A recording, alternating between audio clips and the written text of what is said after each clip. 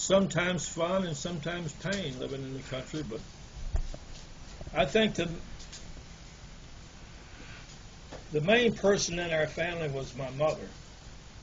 She was Irish. Those Irish people, a lot of them had red hair. Her sister had red hair. Her daughter had red hair. Her brother had red hair. And along with that red hair, they had really violent tempers. I thought they were Scots-Irish, something like that. Whatever they were. But you cross paths with my mom, and she would let you know about it. She was kind of the one that did everything around the house when it come to killing hogs or killing yearling or chickens or canning food or anything. How do you kill a hog? What's involved in that? Killing a hog is what you have to do is the way we did it. We built a big fire. We had a barrel, and it was halfway buried in the ground. But we gathered a lot of wood and we filled it with water. You know, being tilted into the ground, it would hold water and you could get into it and out of it. And we built a big fire around it and we got it bubbling. Was that a metal barrel? Yeah. Okay. Yeah, well, they didn't have fiber barrels back in those days. You couldn't build a fire on that. Yeah. You get the water bubbling, and then you go out to the hog lot, and you pick the hog you're going to kill. And we took a .22 rifle and we just shot him between the eyes, killed him. And once you did that, you had to stick him. And what I mean by that, you had to go under his neck and cut his throat, so he would bleed out right away. And then we would drag him.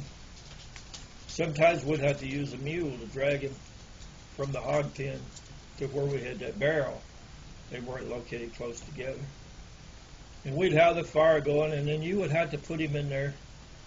You could put him in there head first, and you would jug him in and out, in and out, in and out, and then you would turn him around and you would jug him in and out and in and out.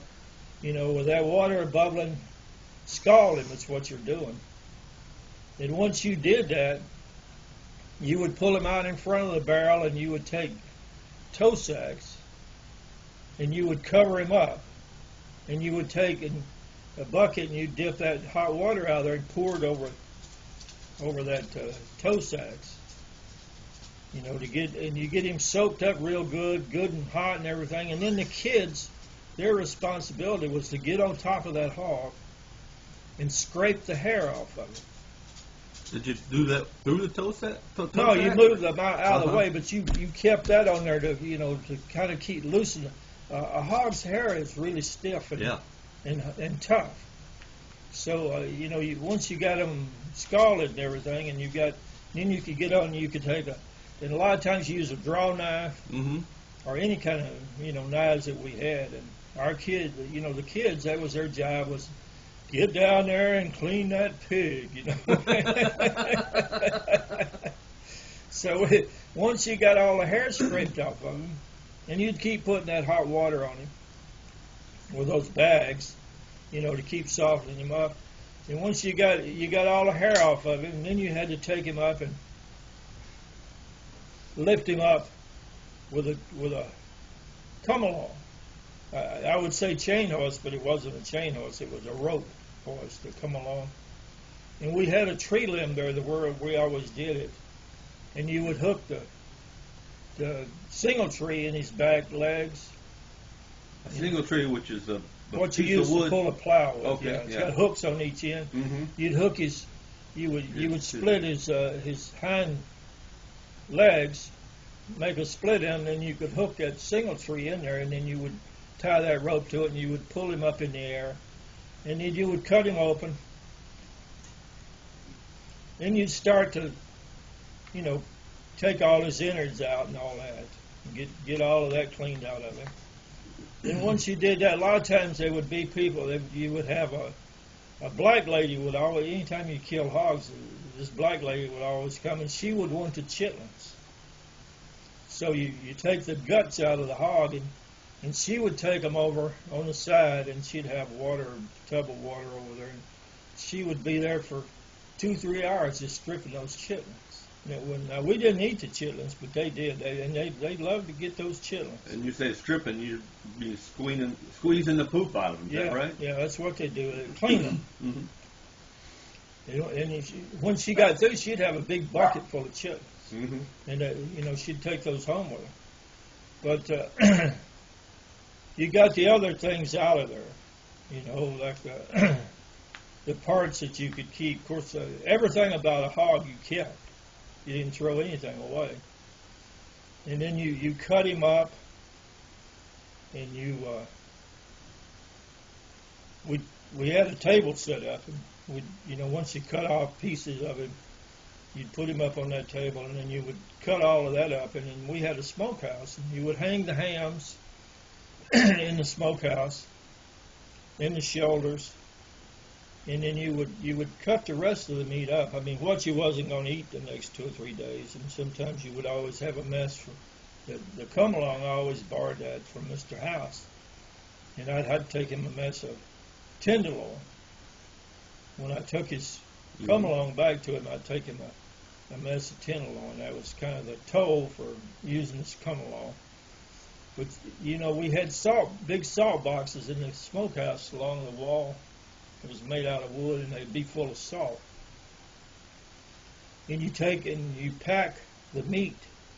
You cut it up and you pack it in there. Now the sausage, you didn't do that. And of course, the lard part of it, the fat. But you put all the meat. It's supposed to go in the smokehouse, the hams and the shoulders, and then you pack all the other meat in the salt boxes. And then you start, once you get all of that done, 2 things you had to do. You had to cut the fat up. You cut it up in chunks, and you put it in a big pan or something that you could cook. And you cooked it down to make lard. Okay? And when you got it all cooked down, you would have cracklings left over. And of course, we used, that was kind of fast food for kids, because you had a bunch of cracklings after you rendered the lard down. You saved the cracklings, and you could set those aside, and they would keep for a long time. You'd put them in some kind of containers and stuff, and the kids would eat on them anytime they wanted a snack or something. You go get your pocket full of those cracklings, run around the house. And a lot of times my mom would make crackling bread. But the lard, once you got it all rendered down, then you put it up in buckets. What I call buckets. It's actually metal containers. Mm-hmm. And you might have 5 or 10 gallons of that, and that's what you cook with for the next year. And you set that aside. You put it in a smokehouse or someplace like that to keep it. And then after you got all of that done, then the last thing you started doing was you started making sausage. And you grind up the meat to make sausage, pork sausage. Do you use any of the organs for that too? Yeah, you use the guts from the pig, a lot of the guts, and you pack the sausage into those guts. And you pack them all in there. Okay. And you tie them off, and just about what you would use, like you were going to have breakfast or something like that. You would tie each section of that off. And then you hung those in the kitchen, or you could hang them in the smokehouse. You would hang them up, and that way when you got ready for them. Of course, in the wintertime in the house, it would be cold there anyhow. It'd be like a freezer, because we didn't have central heat or anything like that, and it was always cold. We would make a lot of sausage, and of course a lot of people would always be really friendly around hog killing time, because they would want a mess of the meat or something like that. And of course, in the country you shared a lot of that, and of course there was a lot of the pig, that people might think you don't say, but you do, and even if you don't eat it, you would cook it up for the dogs or whatever. And the kids, that first meal, when you killed a hog, that first meal was always tenderloin. Mm-hmm. Because Mom would always cut out some tenderloin, and then she would cook it up. Now you'd be killing hogs all day, because it'd take you all day. You know, start early in the morning, take you all day to scrape it, get the hair off of it, hang it up, cut it up in pieces. That's a single hog you're talking about. Grind your sausage and all of that stuff. At the end of the day, it'd be getting dark. And then Mom would always take it. She would cook up a bunch of tenderloin and some biscuits, and that would be really a special meal for us, because we've been working all day on that old hog. Yeah. We needed something to kind of fortify us through that whole thing. And then of course, once you got it killed and put away, and then that would probably do it. We only would kill maybe one hog a year, Mm-hmm. and that would kind of be it. Sometimes we would even can the sausage in jars. Mm-hmm. She would actually cook it up, make sausage balls, and she would actually cook it up, and then she would pack it in quart jars and put it underneath the house in the cellar, and that would keep a long time.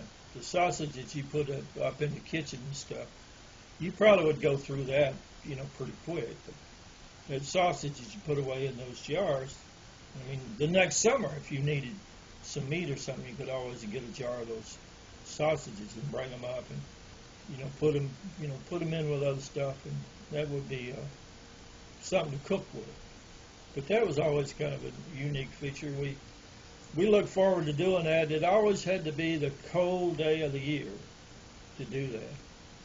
It'd be a long time, maybe past Thanksgiving, when you had a big frost. Mm-hmm. And that's when, anyway, we would do it on a Saturday, when people were available to do that. But that was one of the memories that we always had, hog killing time. And your mom was kind of in charge. Well, she did all the work. She did all the cutting the meat up, putting it in the smokehouse and all that. My daddy was not handy at that. He provided some muscle, but he wasn't good at cutting up meat, doing stuff like that. He more or less just directed us kids what he wanted us to do and that sort of thing. Maybe help bring some water in to wash up stuff and that sort of thing. But my mother was always in charge of everything. She was the boss when it came to that sort of thing.